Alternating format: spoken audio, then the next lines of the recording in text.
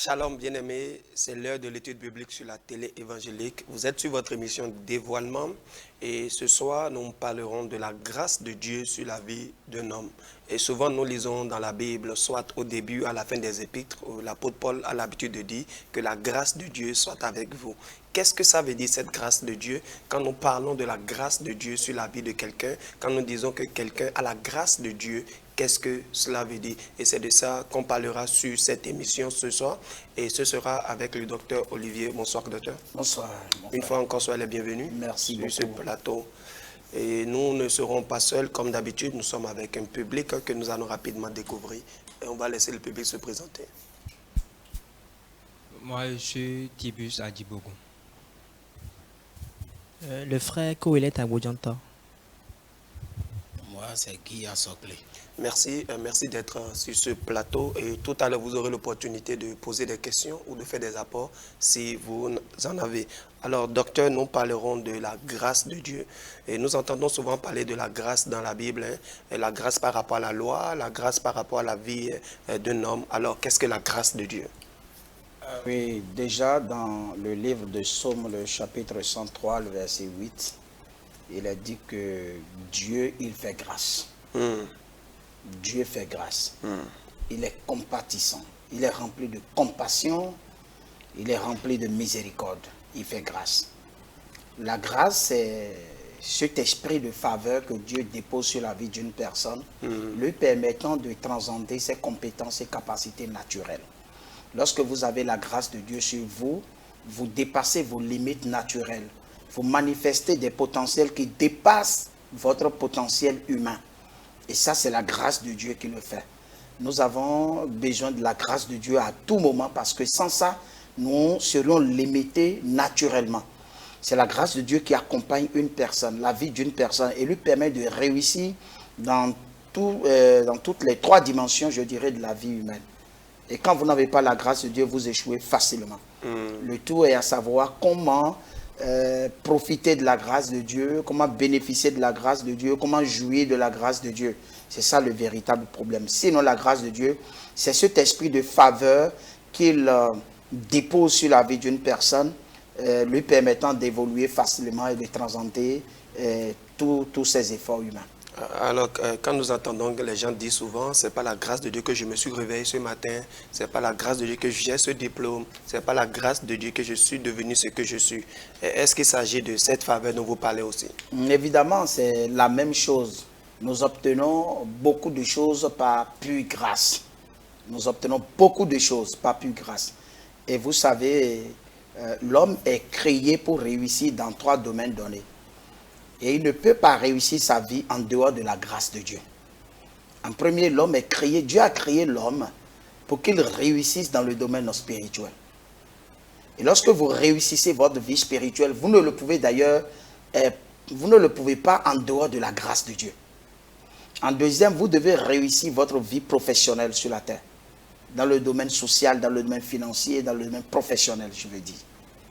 Et ça, vous ne le pouvez pas aussi en dehors de la grâce de Dieu. En troisième, vous devez réussir votre vie dans le domaine matrimonial. Et là encore, vous ne le pouvez pas si vous n'avez pas la grâce de Dieu. Ce que nous constatons la plupart du temps, c'est qu'il y a des personnes qui ont réussi leur vie spirituelle, mais ont échoué lamentablement dans le domaine professionnel ou financier. Beaucoup dans ce monde ont réussi sur le plan financier, ils ont beaucoup d'argent, mais ils ont fait totalement naufrage dans ce qui concerne leur vie matrimoniale. Ils ont déjà divorcé 2, 3 fois. Et simplement parce que quelque chose ne va pas dans leur vie. Il y a d'autres personnes qui ont échoué lamentablement dans tous les domaines dans leur vie. Justement.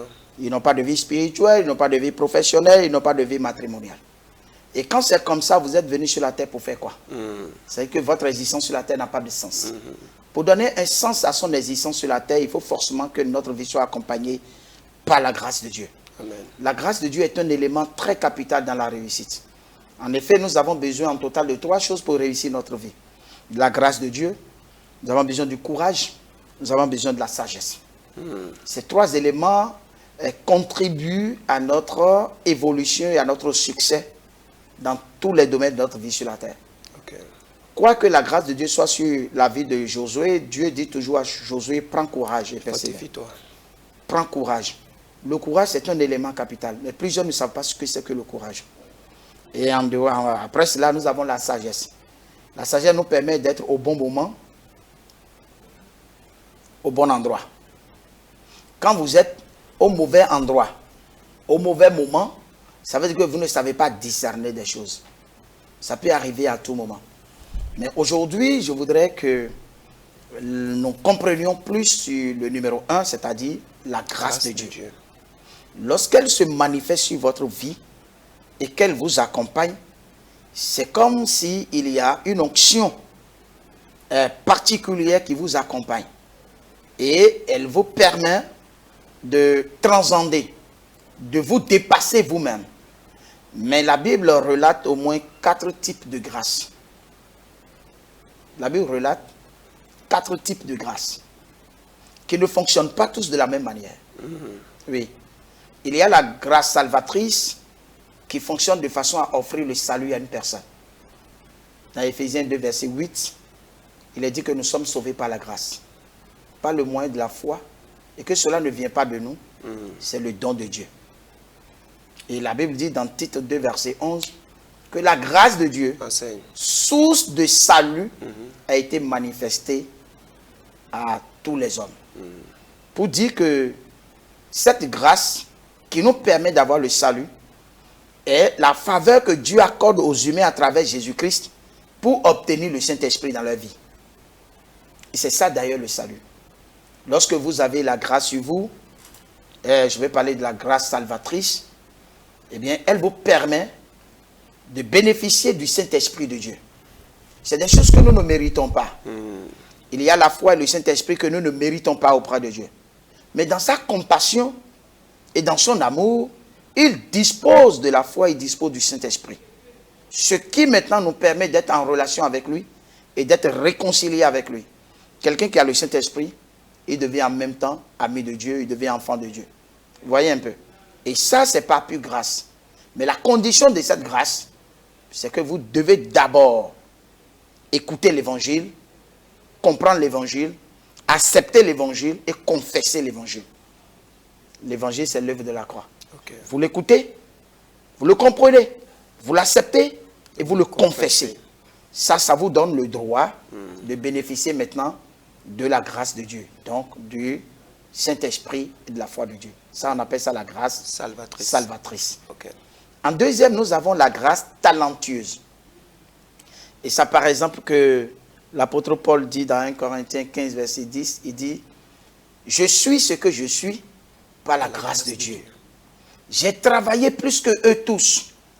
Toutefois, non par moi-même, mais à cause de la grâce de Dieu qui est sur moi. » La grâce de Dieu, quand elle est sur vous, elle multiplie vos capacités de manière à vous rendre talentueux. C'est pour ça que nous devons beaucoup solliciter cette grâce-là. D'abord, la comprendre son mode de fonctionnement et bénéficier ça. Dieu, il est Dieu compatissant, rempli de miséricorde et veut octroyer cette grâce à tout être humain qui la sollicite auprès de lui. Et la grâce talentueuse nous permet d'être très efficaces, soit dans le ministère, soit dans la manifestation de nos talents, c'est-à-dire dans notre travail. Vous devenez excellent, vous dépassez la norme, vous devenez compétent. On se pose la question, mais d'où vous vient cette capacité à dépasser vos limites?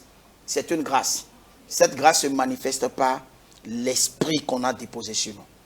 Il y a des personnes qui bénéficient de la grâce talentueuse. Cela ne veut pas dire qu'ils ont forcément la grâce salvatrice. Non. Dieu, il vous donne cette grâce-là. Vous voyez, dans l'accomplissement de la construction du tabernacle. Exactement. Dieu a accordé une grâce talentueuse à Betsalil. Betsalil a reçu un esprit de sagesse pour accomplir, selon les normes de Dieu, la construction du tabernacle. Et cette grâce a fait de Betsalil un ingénieur en génie civil, hors pair, capable d'accomplir des choses de façon inimaginable. Ça veut dire quoi? Ça veut dire que ce n'est pas Betsalil lui-même qui était capable de cela, mais un esprit lui a été donné. C'est un esprit de grâce. Et nous en avons besoin tous. Et la condition pour bénéficier de cette grâce talentueuse, c'est que nous soyons animés de la volonté de fructifier nos talents. Jésus a dit. Ce n'est pas être chrétien forcément. Dans le ministère, il faut forcément être chrétien. Mais dans l'exercice du talent, dans le métier, dans la profession ordinaire, à n'importe qui, Dieu peut donner cette grâce-là. Il sera un hyper talentueux. Un footballeur, par exemple. Un footballeur, par exemple, un musicien, un danseur, un artiste, décorateur, dessinateur, par exemple. C'est un poète, par exemple. C'est des personnes qui sont douées en talent. Mais Dieu donne ça. Mais le vrai problème, c'est que Dieu te donne un talent pourquoi? Tout talent doit servir au plan de Dieu, au plan divin. Plusieurs personnes commercialisent simplement leur talent et gagnent simplement leur argent. Ce n'est pas ça la volonté de Dieu. Dieu vous donne un talent parce qu'il pense qu'il va l'utiliser pour orienter d'autres personnes vers la vie éternelle. C'est pour ça qu'il donne le talent. La Bible, Jésus a dit, c'est comme un roi qui voyageant a distribué des talents à ses serviteurs. À un, il a donné 5, à l'autre, il a donné 2, et à un autre, il a donné 1 talent. Mais celui qui n'a reçu qu'un seul talent, elle a creusé le trou et déposa son talent dedans. Et à l'arrivée de son maître, il dit, maître, je sais que vous moissonnez là où vous n'avez pas semé. C'est-à-dire, il réclame à des personnes en qui il ne s'est pas investi. C'est ce qu'il voulait dire. Mais Dieu ne fonctionne pas comme ça. Si Dieu n'a pas investi en vous, il n'attendra jamais le retour sur investissement. Si Dieu attend le retour sur investissement, c'est parce que d'abord, il a investi en vous. Il est important donc pour le chrétien ou tout être humain de comprendre quel est le talent que Dieu m'a donné, quel est le don que Dieu m'a donné. Ceci nous permet de nous déployer. Vous savez, beaucoup de personnes se sont fait employer et ils gagnent des miettes au lieu de déployer l'énergie talentueuse que Dieu a déposée en eux. Ils disent toujours, il n'y a pas de boulot, il n'y a pas de boulot. Alors qu'eux-mêmes regorgent de talent. C'est parce qu'ils n'ont pas découvert ce qui est en eux. Le jour où ils vont découvrir ça, ils vont fructifier ça. Parce que c'est caché quelque part, dans un trou. Le trou, c'est une expression allégorique qui désigne notre vie charnelle. Notre vie charnelle. Parce que nous avons été créés de la terre. Creuser un trou dans la terre, c'est déposer le talent dans la chair. Quand le maître est venu, il a dit quoi? Il dit, j'ai eu peur. Vous voyez, non? J'ai eu peur. La peur est un élément qui empêche la grâce de Dieu d'évoluer dans la vie d'une personne. Souvent, des personnes ont peur de dire la vérité. Ils ont peur d'exposer la vérité. Ils ont peur d'aller à la conquête des choses. Ils ont peur de se présenter eux-mêmes à un public. Ils ont peur d'évoluer, de prospérer. Il y a des gens qui ont eu peur de se marier, des gens qui ont eu peur de créer une entreprise. La peur empêche le talent de se manifester et par ricochet empêche la grâce de Dieu de les prospérer, de prospérer sur leur vie. Voyez un peu. Et ça, comme ça, Jésus lui a dit, serviteur méchant et paresseux. Serviteur méchant et paresseux. En quoi il est méchant? En quoi il est paresseux? C'est comme beaucoup de chrétiens qui, pour des raisons de paresse, ne sont pas capables d'œuvrer pour le royaume de Dieu. Ils ne sont pas capables de gagner des âmes pour le Seigneur. Ils ne sont pas capables d'éclairer ceux qui sont dans les ténèbres. Parce que c'est des éternels paresseux. Ils sont assis là, ils attendent que Dieu fasse tout pour eux. Et ils ont toujours des arguments dans leur tête pour justifier leur position de nonchalance et de la paresse. Dieu n'aime pas ça. La grâce talentueuse est donnée à tout le monde pour permettre à chaque personne de dépasser ses limites naturelles dans ce qu'il fait et d'être excellent et de briller de façon excellente. Exercer et exceller dans un domaine de compétence émane de la grâce que Dieu accorde à tout être humain. Quand vous parlez de talent, des fois vous parlez aussi de don. Est-ce qu'il y a une différence entre talent et don? Il y a une différence. Le talent est naturel, le don est spirituel. Mais le don est ce qui permet au talent d'aller dans le sens de Dieu. Exactement. Quand vous avez le talent, que vous n'avez pas le don ne va pas dans le sens de Dieu. Vous commercialisez simplement le talent. Ce qui n'est pas bien. Un footballeur, il est païen, il n'a pas reçu le Saint-Esprit. Il ne va jamais impressionner un public. Il va gagner l'argent avec ça seulement. Un décorateur, il est là, il cherche l'argent seulement. Alors que ça, là, Dieu lui a donné pour que, recevant le Saint-Esprit, il puisse convertir tous ceux qui viennent vers lui. Parce que des personnes que votre talent va attirer seront converties au royaume de Dieu. Mais quand vous n'avez pas le don, vous ne pouvez pas convertir votre talent au service de Dieu. Et ça devient une perte sur investissement de Dieu. Et ça, c'est la deuxième forme de grâce. Il y a une troisième forme de grâce qu'on appelle la grâce circonstancielle. La grâce circonstancielle, c'est cette faveur que Dieu vous accorde quand vous remplissez les conditions circonstancielles. C'est-à-dire quoi? Il y a par exemple cette femme cananéenne dont Matthieu 15, verset 22 nous a parlé. Jésus lui a dit, il n'est pas possible de donner le pain des enfants aux petits chiens. Ça veut dire que son cas est déjà réglé. Elle devait se retourner et aller s'asseoir. Mais elle n'a pas fait ça. Elle a cru en la compassion de Dieu. Elle a cru en la grâce de Dieu. Et elle a dit, maître, mais quand, vous voyez non, les serviteurs, quand les petits chiens sont couchés sous la table de leur maître, ils se contentent des miettes qui tombent, n'est-ce pas? Jésus a dit, mais oh femme, que ta foi est grande. À l'instant, ta fille est guérie. Amen. Et sa fille a été guérie. Vous savez, il y a des circonstances dans lesquelles nous raccrochons facilement. Nous nous résilions facilement. On est facilement découragé. Et on se retourne, on recule. Alors que les circonstances se présentent comme telles pour juste éprouver notre capacité à continuer à croire. Notre ténacité spirituelle. Pour voir si nous tenons véritablement à Dieu. Et ça, comme ça, lorsque nous tenons et que nous continuons, nous persévérons, eh bien, le Seigneur manifeste une puissance. Cette puissance s'appelle une puissance circonstancielle. La grâce circonstancielle, elle en a bénéficié. Plusieurs personnes, c'est les attitudes que nous avons dans les circonstances ou dans des situations qui déclenchent la grâce de Dieu sur nous. Lorsqu'une personne, il est dit dans la Bible que des personnes à exercer simplement l'hospitalité ont hébergé des anges. Pourquoi? Parce que c'est une attitude de générosité. L'hospitalité est une attitude de générosité, de libéralité. Lorsqu'une personne ne manifeste pas ces attitudes-là, il ne bénéficie pas de la grâce de Dieu. Pour bénéficier de la grâce circonstancielle, là où tout est même gâté, où vous n'avez plus de recours, ni de solution, là où vous avez tout perdu, vous pouvez encore vous relever. Si simplement vous avez compris qu'avec Dieu, on ne perd pas. C'est une attitude. Et lorsqu'on adopte cette attitude, eh bien, on est toujours vainqueur par la grâce de Dieu. Il y a par exemple la libéralité, l'accueil, c'est-à-dire l'hospitalité. Il y a la tolérance. Il y a le pardon qu'on accorde aux autres. Vous pouvez vous retrouver dans une situation où tout se dresse contre vous. Mais en réalité, vous là, vous avez encore la capacité de manifester une attitude. Dieu va regarder votre attitude et va vous accorder la grâce. Et ça, plusieurs ne comprennent pas. Les gens peuvent prier 1000 ans pour demander quelque chose, ou les autres, une attitude d'humilité leur accorde la chose. Dieu ne nous a pas... Le système de la prière n'est pas là.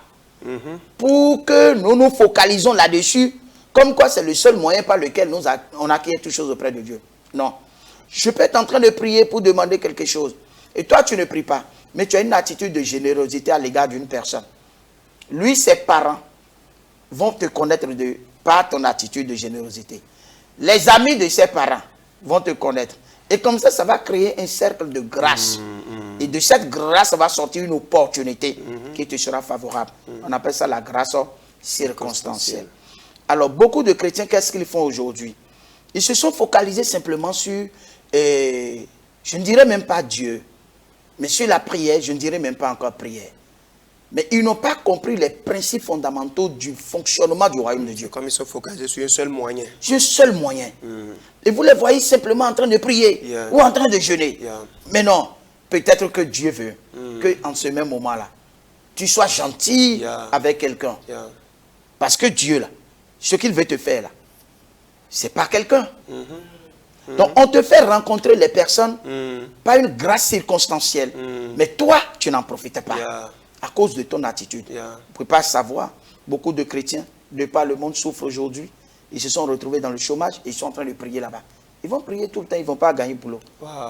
Parce que le boulot là, c'est juste, on demande, le boulot même exige de leur part un petit comportement de gentillesse, d'humilité et d'attention. Mais les chrétiens, ils font fi de tout ça. Une femme, elle est là, elle n'a pas de mari. Elle est en train de prier tout le temps. Il y a une grâce circonstancielle qui est passée devant elle, à plusieurs reprises. Son mari a toujours pris part devant elle. Mais ses yeux-là, c'est sur quelque chose d'autre qu'elle a forgé dans sa propre tête. Elle n'est pas en train de voir ce jeune garçon, ce jeune monsieur. Parce que peut-être il est pauvre, il n'a rien, il n'est rien.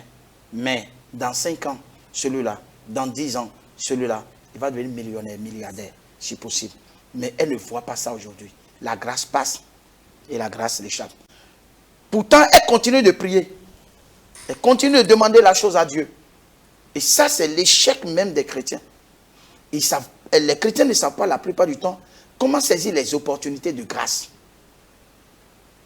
Et on nous a mis dans un système de venez à l'église, chanter, danser, faites offrande, prier, jeûner.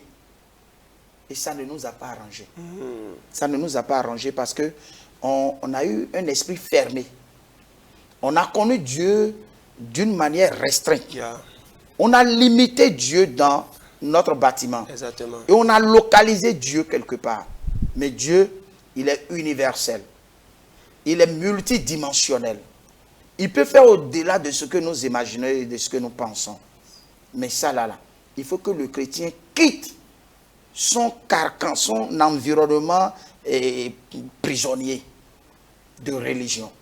Pour se dire, mais écoutez, ce que Dieu attend de moi là, est-ce que je le suis? Si je le suis, eh bien, c'est de par cette attitude-là que Dieu va m'amener beaucoup d'opportunités sur tous les plans. Et je pourrai réussir facilement ma vie. Parce que la grâce là, quand elle est sur une personne, elle permet à la personne de réussir facilement, sans effort. Yeah. C'est ça la grâce de Dieu. Mais dans ce cas, au niveau de la grâce circonstancielle, comment quelqu'un peut savoir que c'est l'attitude que je dois tenir? Dans le cas d'Abraham, personne ne lui a dit de recevoir ces personnes, mais c'est son cœur. Peut-être qu'il lui a dit, ou bien c'est son cœur de générosité. Maintenant, comment quelqu'un dans une situation spécifique, ou dans une circonstance spécifique, peut savoir l'attitude qu'il doit avoir? La manifestation de l'amour à l'égard du prochain ne tue jamais. Vous ne pouvez pas aimer quelqu'un et puis ça va se retourner contre vous. Impossible. C'est à tort qu'on dit aux chrétiens, vous n'avez pas le droit de donner de l'argent à vos parents qui sont païens. Vous n'avez pas besoin de donner de l'argent à cette vieille-là, elle est sorcière. Vous n'avez pas besoin de manifester de la générosité à l'égard de telle personne. Non. On les enseigne mal en disant ces choses-là. Non, c'est pas bon. Toutes les fois vous avez manifesté de la générosité, la libéralité, l'hospitalité, ça devient source de bénédiction pour vous. Source de bénédiction pour vous. L'attitude que nous adoptons dans chaque situation ou dans chaque circonstance devient source d'opportunité pour nous. C'est lorsque nous nous comportons comme des païens aussi, je dirais. On est indifférent à la souffrance des autres. Ça ne nous dit rien. Il y a des chrétiens qui ne visitent jamais leurs parents. Il y a des chrétiens qui ne donnent jamais rien à leurs parents. Ils donnent tout à l'église seulement. On les a braqués comme ça. Mais la grâce, ça va venir d'où? C'est ça le problème. Et quand on ne comprend pas ces choses-là, on ne peut pas bénéficier, on ne peut pas jouir de la grâce de Dieu. C'est des comportements. La grâce circonstancielle, eh bien, se manifeste à travers certaines attitudes qui accomplissent les principes de Dieu. Et c'est justement votre point. C'est-à-dire, on ne doit pas seulement se focaliser sur la prière, le jeûne, mais nous devons respecter les principes de Dieu. Les principes de la vie. Les principes de la vie, voilà. Que Dieu nous a donnés. Exactement. Et si quand on ne respecte pas ces principes-là, les choses nous échappent. On passe à côté des choses. On est là, et puis, au lieu de s'ouvrir aux hommes, on est fermé aux hommes. Parce que nous, là, tant qu'on n'a pas vu notre frère chrétien, là, on ne s'ouvre pas. Oh, Dieu peut vouloir utiliser un panier, même converti. Oui, mais la grâce circonstancielle, c'est une grâce du monde. Dieu utilise n'importe qui, n'importe quand, n'importe comment, pour vous. Et si vous ne comprenez pas, vous vous n'allez jamais jouir de ça. Wow. C'est ça le vrai problème. Wow. Et ça, c'est la manifestation de la grâce circonstancielle. Il y a en quatrième une grâce appelée exceptionnelle. La grâce exceptionnelle. Ça, c'est la faveur que Dieu accorde à certaines personnes pour atteindre un certain niveau dans la vie. C'est des positionnements. Quelqu'un peut devenir, je prends le cas de Cyrus par exemple, qui est un païen. Mais il est dit dans Isaïe 45, verset 1er. Yeah. Il dit, l'Éternel dit, Cyrus mon oint. Cyrus est un roi païen, mais Dieu l'appelle mon oint.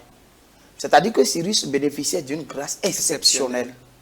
Cette grâce vous permet d'atteindre un niveau très élevé dans la vie pour l'accomplissement d'un plan divin. C'est-à-dire que Dieu veut vous utiliser pour accomplir un plan. Vous savez, de par le monde, il y a eu des personnes des chrétiens, qui ont occupé des postes très élevés dans des gouvernements du monde. Il y en a même qui sont allés jusqu'au sommet pour devenir chef d'État.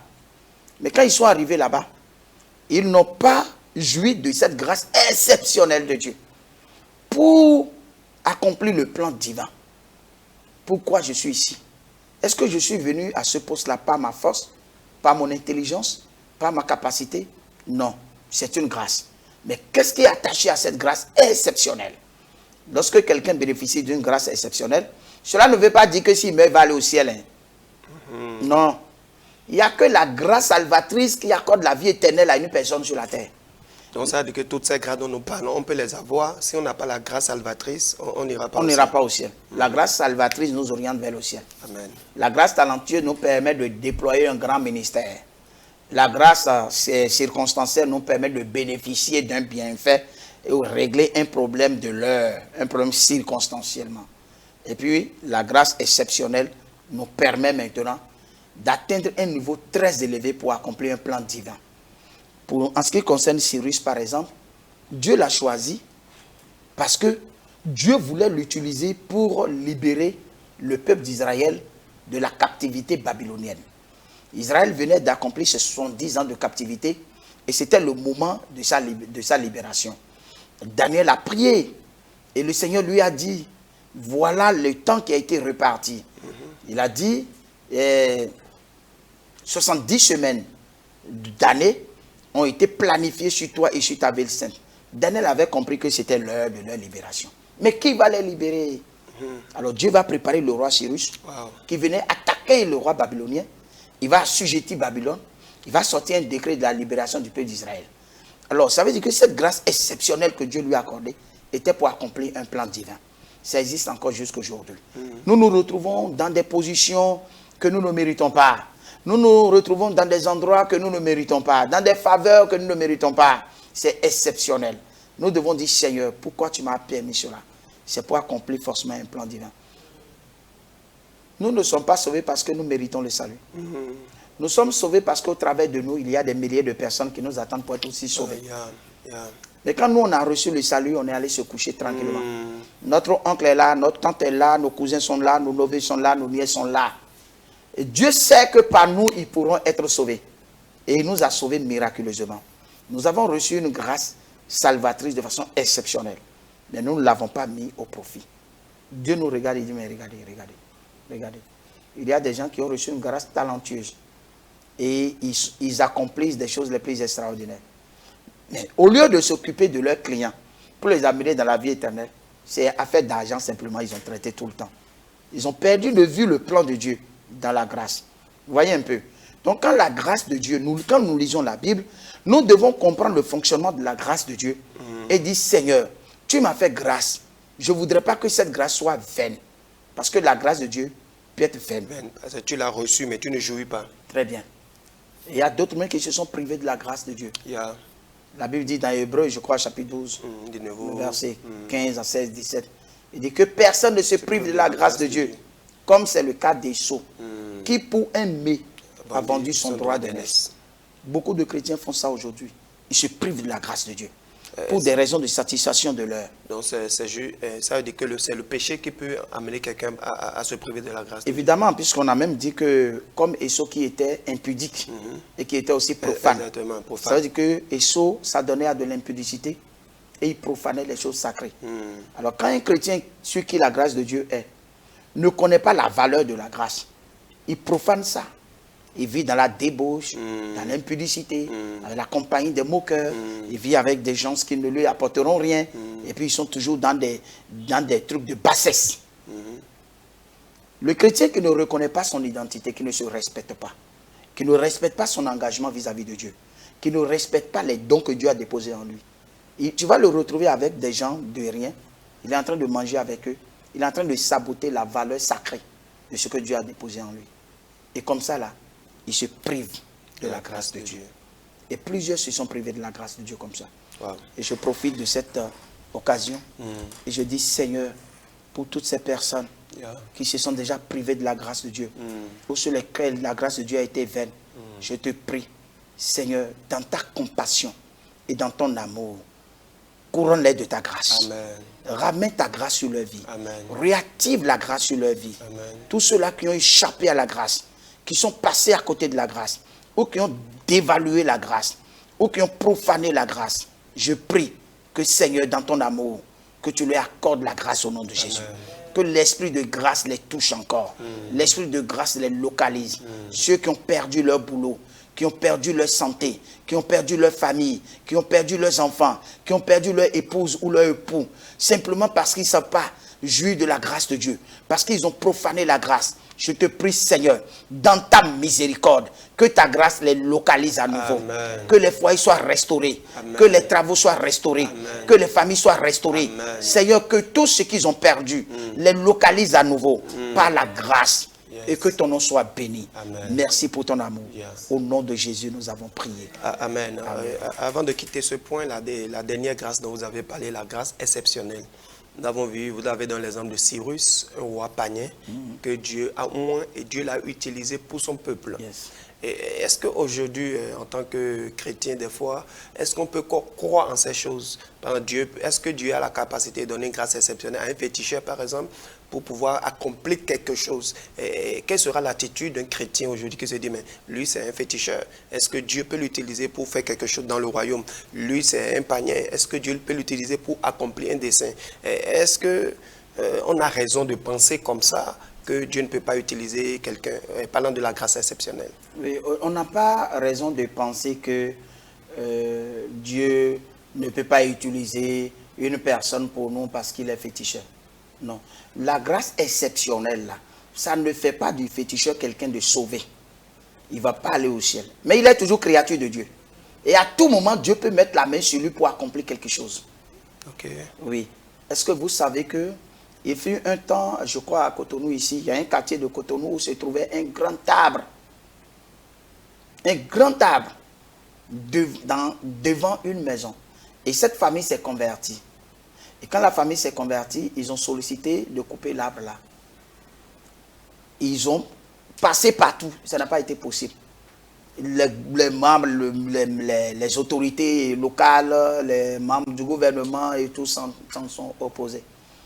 Et après, Dieu va utiliser un véritable païen qui avait ce pouvoir de demander. Et il a demandé que l'arbre soit coupé. Et il a adressé sa requête aux prêtres. Les prêtres l'ont déposé. Et ils sont venus couper l'arbre. Wow. Dieu l'a utilisé pour eux en ce moment-là. Parce qu'il avait cette position-là. Dieu ne tient pas compte de ce que nous sommes sur la terre. Lui, il a un plan. Et lui, il va exécuter son plan par qui il veut, comment il veut, quand il veut. Yeah. Cela ne veut pas dire que le féticheur, parce que Dieu l'a utilisé, il est devenu chrétien. Non, non. Cela ne veut pas dire qu'il va aller au ciel. Non. Alors, donc, nous aussi, nous ne devons pas le regarder comme tel, comme quelqu'un de rejeté, quelqu'un de mauvais. Non, nous avons été plus mauvais que lui. Ah, yeah. Personne n'a été plus méchant que l'apôtre Paul. Cependant, il est l'excellent missionnaire que nous imitons aujourd'hui. Amen. Donc nous, chrétiens, nous devons avoir ce regard très ouvert sur la nature et sur les humains. J'aime vraiment cette expression que vous avez utilisée. Nous devons avoir un regard très ouvert. Et c'est le problème de l'Église aujourd'hui. Nous pensons que c'est seulement ceux qui sont à l'Église qui sont les plus parfaits et que c'est fini. Tous les autres sont considérés comme des mauvaises personnes. Et il arrive des fois, même les membres de nos familles, nos parents même, on pense que, bon, comme ils ne sont pas dans l'Église, ils ne peuvent pas prier pour nous. Et j'ai vu un frère qui a dit il ne peut pas accepter que son papa prie pour lui parce qu'il est un païen. Ah, tu vois, c'est ça, il est fermé. Il est fermé. En réalité, la prière de son père n'est pas une prière qui vient forcément de Dieu. C'est une déclaration de bénédiction d'un papa à son fils. Et quand son père lui dit, mon fils, que vraiment Dieu te bénisse. Exactement. Ben maintenant, tu n'as pas besoin de lui dire, ah, moi je suis déjà devenu chrétien. Donc parce que moi je suis chrétien, ta prière est venue sur ma vie. Non, non, non, non, non, non. C'est pas comme ça que ça se passe. Il faut aux chrétiens d'avoir une grande ouverture d'esprit à l'égard des hommes, avant de pouvoir les sauver. Parce que nous avons fermé la porte de l'évangile à des multitudes de personnes de par notre comportement. Ce qui n'est pas bien du tout. Amen. Alors nous continuons dans ce sujet sur la grâce de Dieu. Alors comment se manifeste cette grâce-là?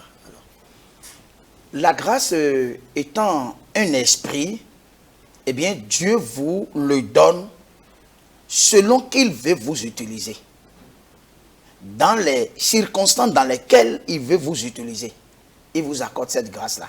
Et la grâce attire non seulement l'opportunité, mais vous permet aussi d'être capable. Vous voyez comment la grâce se manifeste?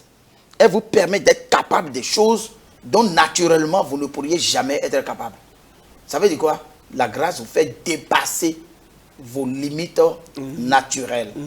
Vous dépassez les limites. On dit, mais écoutez, c'est ce que Paul a dit. Il dit, j'ai travaillé plus que eux tous.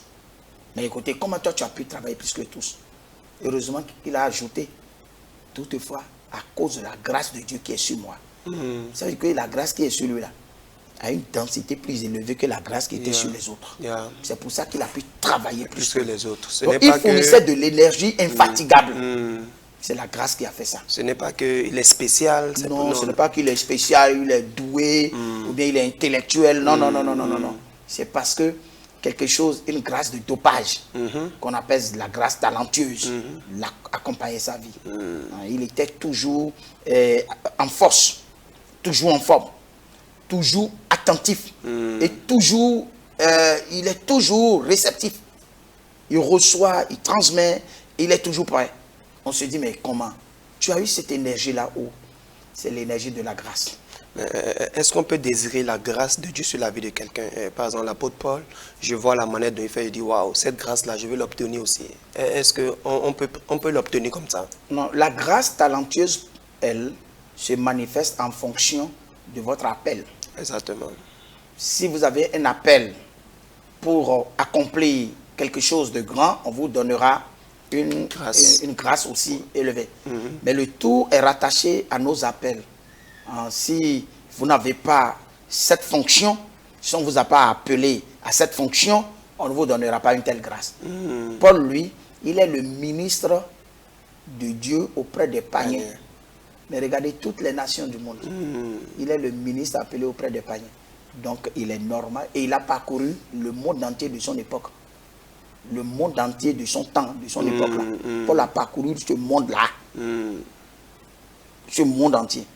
Et pourquoi il dit l'évangile qui a été prêché au milieu de vous et qui a été prêché dans le monde entier à toutes les créatures sur la terre. Parce que lui, il a parcouru tous ces contrées-là. Alléluia. En ce moment. Parce que c'est la grâce qui lui avait été donnée par rapport à son appel. Oui. C'est la grâce. Alors, est-ce que quelqu'un aujourd'hui peut se cacher derrière la grâce ou quelqu'un dit, bon, ce n'est pas parce que je n'ai pas la grâce là que je ne le fais pas. Je parle par exemple de la grâce de la générosité par exemple. Quelqu'un vous dit que bon, je ne donne pas parce que je n'ai pas cette grâce-là, ou quelqu'un vous dit que si je ne suis pas encore à ce niveau, c'est parce que je n'ai pas cette grâce-là. Est-ce qu'on peut justifier certains de nos manquements par la grâce, le fait qu'on n'ait pas la grâce de Dieu? Non, c'est le contraire même. C'est quand vous commencez à donner que vous déclenchez la grâce sur vous. Donc ce n'est pas C'est quand pas on a la grâce qu'on donne. Non. C'est quand vous donnez que vous recevez la grâce. Vous voyez un peu. C'est quand vous avez exercé l'hospitalité que vous avez reçu maintenant cette faveur de Dieu. C'est la grâce se manifeste à travers nos attitudes qui correspondent aux principes de Dieu. Maintenant, tu refuses de manifester une bonne attitude qui correspond aux principes de Dieu et tu dis c'est parce que Dieu ne t'a pas fait grâce. Non. Au contraire, tu es en train de t'arriérer. Il faut toujours aider les gens, donner aux pauvres, aller au secours des gens. Et puis tu verras une grâce immense te recouvrer et te permettra d'évoluer d'évolution en évolution. C'est ça. Alors tout à l'heure, nous allons laisser la parole au public s'ils ont des questions qu'ils vont poser. Mais ma question, quand la Bible dit dans Proverbe 31, la grâce est trompeuse. Et qu'est-ce que la Bible est en train de dire par là? Quand la Bible dit la grâce est trompeuse, est-ce qu'on est en train de dire par là que la Bible peut vous induire, la grâce peut vous induire en erreur ou quoi?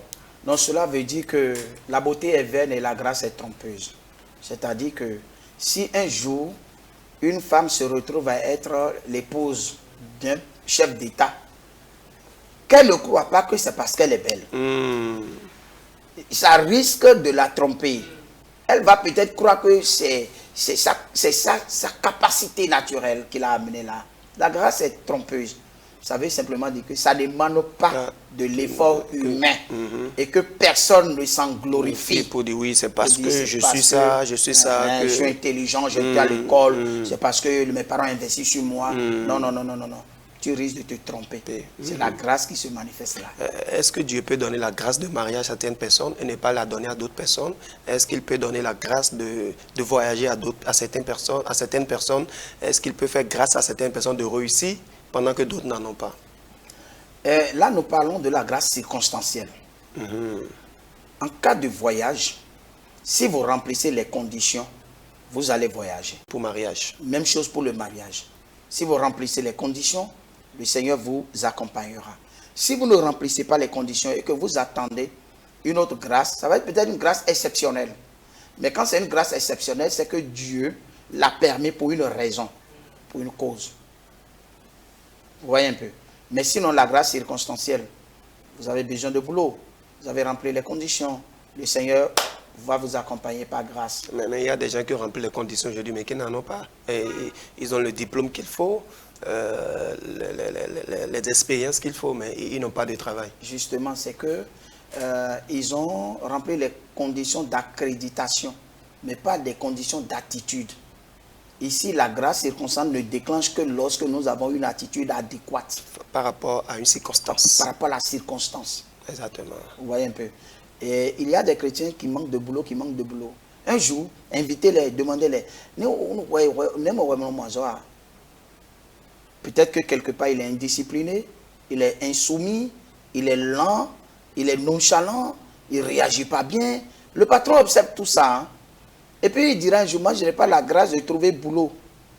Il s'est privé de la grâce, oui. Oui.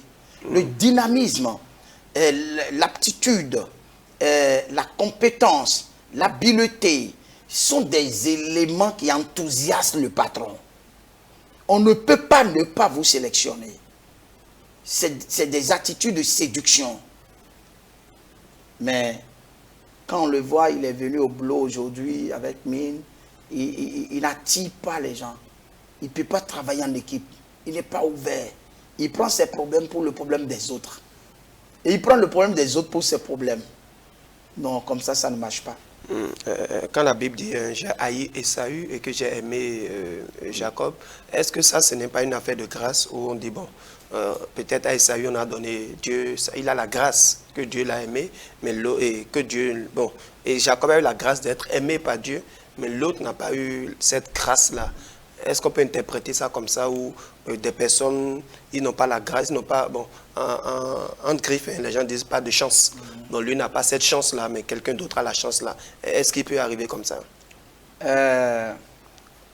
Quand je prends le cas que vous venez d'évoquer, par exemple, et que je fais allusion à Hébreux 12, versets 15, 16, 17, où il est dit que, même le verset 17 a dit, plus tard, Il est revenu avec des Esau larmes. a recherché la même bénédiction avec des larmes, mais son repenti, c'est-à-dire sa repentance-là, c'est trop tard.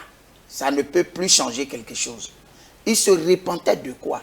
On a dit plus haut qu'il était profane et qu'il était impudique. Déjà, quand on a cette attitude-là, on est répuant, on est rejeté. La grâce ne fonctionne pas. Donc, quand on a la grâce là, Esau, il a eu forcément un comportement. Puisqu'il était grand, il a eu un comportement, il a eu une attitude qui l'a fait priver de la grâce. Exactement. La grâce a passé directement, a été donnée à Jacob. C'est vrai qu'il y a beaucoup d'autres éléments qui entourent cet événement-là, parce que déjà dans le ventre de leur mère, eh bien, le Saint-Esprit disait déjà à la maman que l'aîné sera assujetti au plus jeune. Vous voyez un peu. Alors donc, est-ce que c'est le corollaire de ça? Est-ce que ce qui s'est passé quand ils ont grandi là? Est-ce que c'est ce qui a été dit ici? Mais il y a une explication, il y a deux explications pour ça. La première dit qu'il n'y a pas eu de rapport. Le premier qui va sortir va être assujetti parce qu'il va être le symbole de la première alliance. Le deuxième qui va sortir va être le symbole de la nouvelle alliance. Donc, la nouvelle alliance va être au-dessus de la première alliance. Donc, les jumeaux symbolisaient deux alliances. Ça a été le cas d'Ismaël et d'Isaac. Isaac est né premièrement, symbole de la première alliance. Isaac est né deuxièmement, le symbole de la nouvelle alliance. Et c'est Isaac qui va prendre le dessus. Il a été de même pour Caïn et Abel.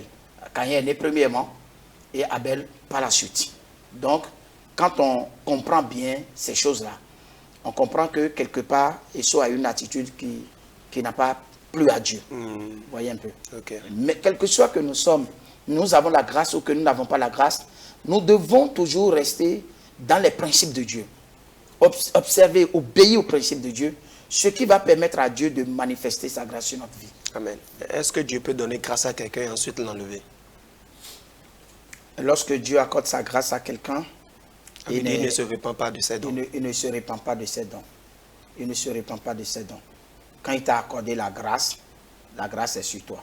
Maintenant, comme je l'ai dit à l'entame, si l'apôtre Paul dit la grâce de Dieu sur ma vie n'a pas été vaine, ça veut dire qu'on a donné du talent à celui qui allait creuser le trou.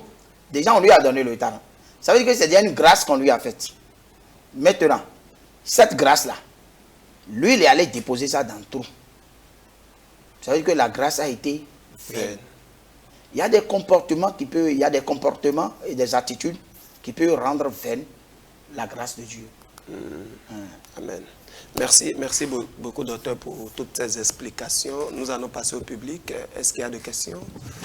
Oui, moi j'ai deux questions. Oui, allez-y. La première, vous avez mentionné plutôt qu'il est possible de prier sans nécessairement recevoir la grâce de Dieu. Selon vous, de quelle manière la grâce de Dieu intervient-elle dans les moments d'épreuve et de souffrance? Et comment peut-on vivre pleinement sous la grâce divine? La seconde question, est-ce qu'un chrétien qui va toujours à l'église peut-il tout de même ne pas bénéficier de la grâce de Dieu? Voici les deux questions. Ok. Je commence par la dernière question. Nous bénéficions tous de la grâce de Dieu d'une manière ou d'une autre. Le tout dépend de l'attitude, c'est-à-dire du comportement, de la manière dont nous prenons conscience de qui nous sommes en Dieu. Ça, c'est très important. Il faut aux chrétiens de prendre conscience de qui il est lui-même. Ce n'est pas aller à l'église là, qui intéresse Dieu. L'église là, c'est quoi? C'est une assemblée qui est où? Dans un bâtiment. Comment? Construit par un maçon. Ça n'influence pas Dieu. Maintenant, qui nous-mêmes nous sommes, la prise de conscience par rapport à qui nous sommes va déterminer la manifestation de la grâce de Dieu sur notre vie. Ça, c'est très important. Maintenant, en ce qui concerne ta première préoccupation, dans les moments d'épreuve, est-ce qu'on a besoin de prier? Est-ce que c'est la prière même? Ce que je suis en train d'expliquer, je suis en train de le séparer de l'activité de la prière. Pour que ça soit clair dans l'esprit de tous les chrétiens. L'homme, il a rêvé seulement qu'il était roi. Et parce qu'il a fait ce rêve-là, c'est déjà la grâce de Dieu sur lui. Hein. Ou bien, mais on l'a pris avec cette grâce-là pour le jeter dans le trou. Après, on l'a sorti. Et on a fait quoi encore? On l'a vendu. Après, on a fait quoi encore? On l'a condamné injustement pour le mettre en prison. Vous voyez un peu? C'est la grâce qui continue comme ça. Hein. Tout ce qui se passait de manière anarchiquement et de manière anormale. Même la souffrance, là, c'est la grâce. C'est la grâce. Un événement n'est jugé mauvais que lorsque l'événement qu'il cache se révèle. Vous comprenez? Donc le chrétien ne doit pas tout de suite attribuer mauvais, souffrance, malheur aux événements actuels. On pense que c'est le diable qui est derrière. Et que c'est le diable, non. C'est pour ça que je suis en train de séparer ce que j'explique à ces moments de prière tous azimuts auxquels nous nous adonnons, croyant que c'est la source qui va changer miraculeusement notre vie. Nous avons une grâce. Et la grâce là a dit que Joseph, avant que tu ne sois ce que tu as vu en rêve là, on doit te jeter dans le trou. C'est normal. Tu dois t'envoyer chez Potiphar. Tout ça, c'est grâce. C'est grâce encore. La femme de Potiphar l'a accusé injustement. Là, c'est encore la grâce. Si lui, il avait pris un avocat et que l'avocat l'avait défendu pour qu'il n'aille pas en prison là, c'est fini et la grâce va s'arrêter là. Parce que ceux pour qui lui va interpréter les rêves pour aller au sommet là, ils sont en prison. Vont venir en prison là-bas.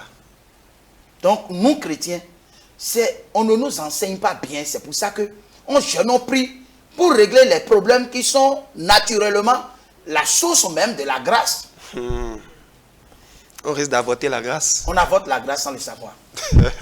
Voyez. Donc, dans les moments d'épreuve là, ce n'est pas d'aller prier. Concentre-toi sur qui tu es, enfant de Dieu. Quelle est ton attitude? Quelle attitude tu as maintenant? Et quand on a mis Pierre en prison, il a fait quoi? Il a dormi. Il a dormi. Est-ce qu'il a prié? Quand on a mis Paul et Silas en prison, est-ce qu'ils ont prié? Ils ont chanté. Mais si l'église ne priait pas dans le cas de Pierre, Pierre n'allait pas sortir. Il allait sortir parce qu'il a déjà une attitude de tranquillité.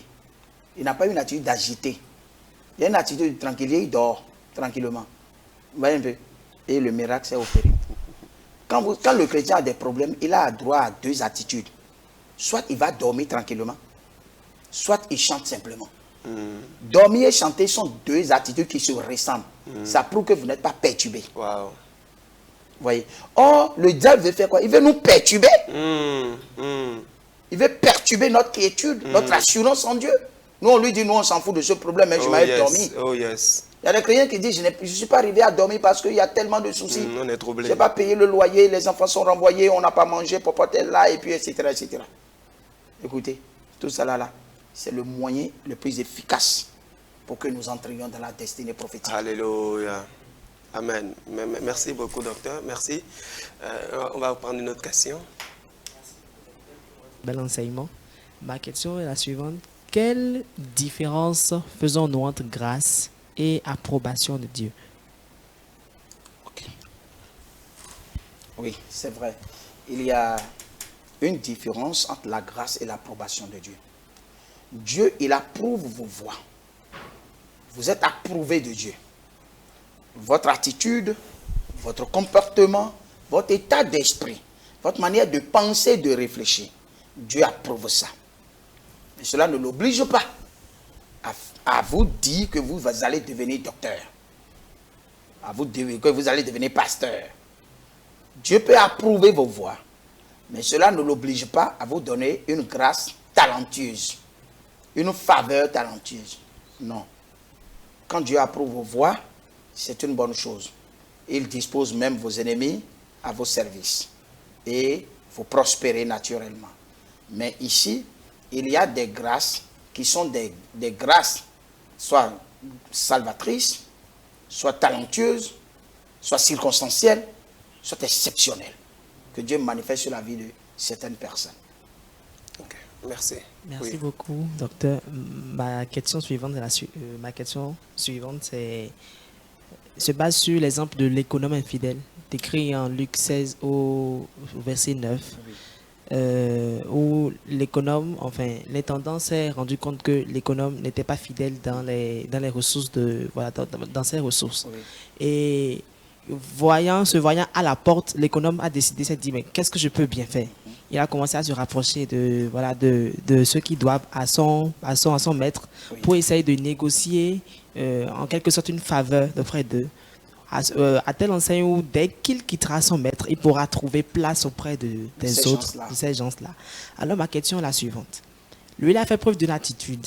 Nous, aujourd'hui, en tant que chrétiens, en tant que fidèles dans nos assemblées, quel comportement, quelle attitude pouvons-nous réellement manifester ou adopter pour bénéficier des 4 types de grâces que vous venez de présenter? Est-ce qu'on pourra faire Merci. la même chose que l'économe fidèle, essayer de trouver une astuce, voilà, jongler? Est-ce que c'est possible?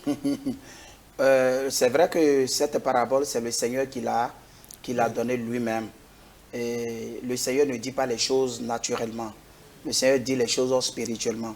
L'économe représente chacun de nous. L'économe gérait les affaires de son patron, qui est les affaires du royaume de Dieu. Et puis, ce que l'économe gérait là, il a dit, toi tu dois combien de l'huile à mon patron, et à l'autre farine à mon patron. Huile et farine, c'est le symbole de la parole de Dieu, du Saint-Esprit. C'est pour ça qu'on a dit qu'il a gaspillé. Il a gaspillé les dons et les talents qu'on lui a donnés. Plusieurs ont gaspillé les dons et les talents qu'on leur a donnés. Et quand ils ont vu être désavoués par Dieu, par le maître, ils ont dit, bon, il faut que j'aille maintenant voir les créanciers de mon maître pour diminuer leur charge. Quand quelqu'un a le Saint-Esprit, ses péchés sont pardonnés. Quand quelqu'un a la farine, la parole, ses péchés sont pardonnés. Donc, les gens du monde seront soulagés. Parce qu'il dit, je ne peux plus aller au champ et je ne peux plus aller quémander. Voyez un peu. À un niveau donné, vous avez besoin de vous mettre à l'œuvre dans le royaume de Dieu. Pour comprendre qu'en réalité, il y a beaucoup de personnes qui périssent faute de vous. Et comme ça, il a pris conscience. En réalité, une parabole est une histoire allégorique que le Seigneur compte pour faire communiquer un message au spirituel. Et c'est ce qui s'est passé. L'économe est fidèle, il y en a beaucoup parmi nous chrétiens. Nous avons beaucoup de dons, nous avons beaucoup de capacités, beaucoup de talents, mais nous ne les fructifions pas. Nous les gaspillons. Nous n'avons jamais le temps, nous faisons nos affaires et puis on gaspille ça. Mais un jour, le Seigneur va nous ramener à l'ordre. Et pour que nous trouvions grâce dans les tabernacles éternels, il faut qu'on reparte chez les créanciers de Dieu. Or, les créanciers, c'est ceux qui doivent Dieu. Ils les doivent comment? Ils ont la dette du péché sur leur cou. Et il faut quelqu'un pour aller les décharger. C'est nous qui devons aller les décharger pour retrouver la grâce de Dieu dans le tabernacle éternel. C'est de ça qu'il parlait. Donc ça a une connotation spirituelle. Nous aujourd'hui, si on nous renvoie d'un boulot, on n'a pas besoin de faire ça.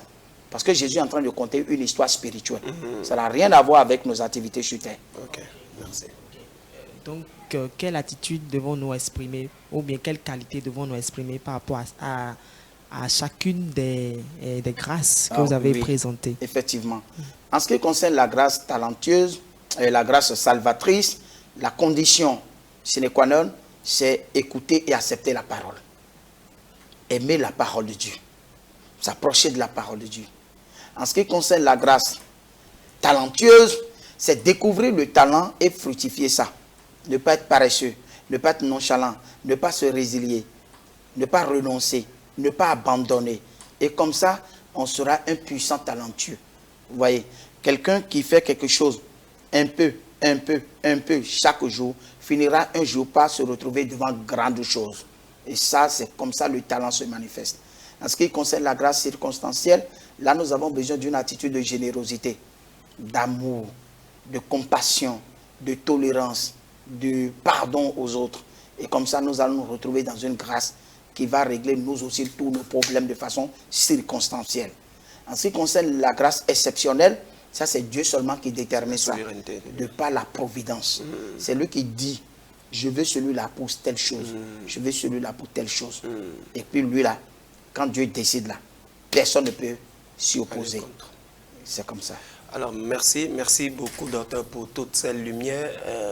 Nous sommes en train de puiser totalement notre temps. Je vais vous demander si vous avez un mot de fin pour les téléspectateurs.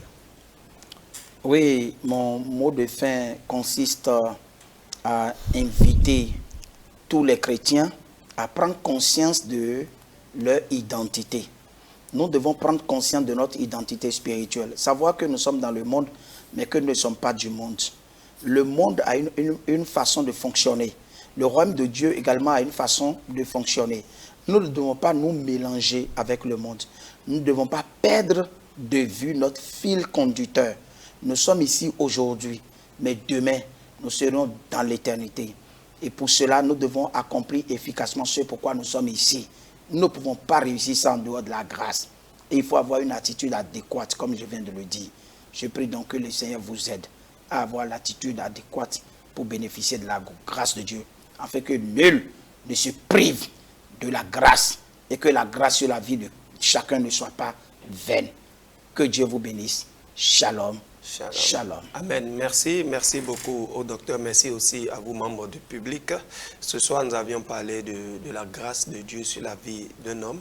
Et nous avons vu les différents types de grâces qu'il y a, les 4 types de grâces. On a parlé de la grâce salvatrice, on a parlé de la grâce thanateuse, on a parlé de la grâce exceptionnelle, circonstancielle aussi par la grâce de don.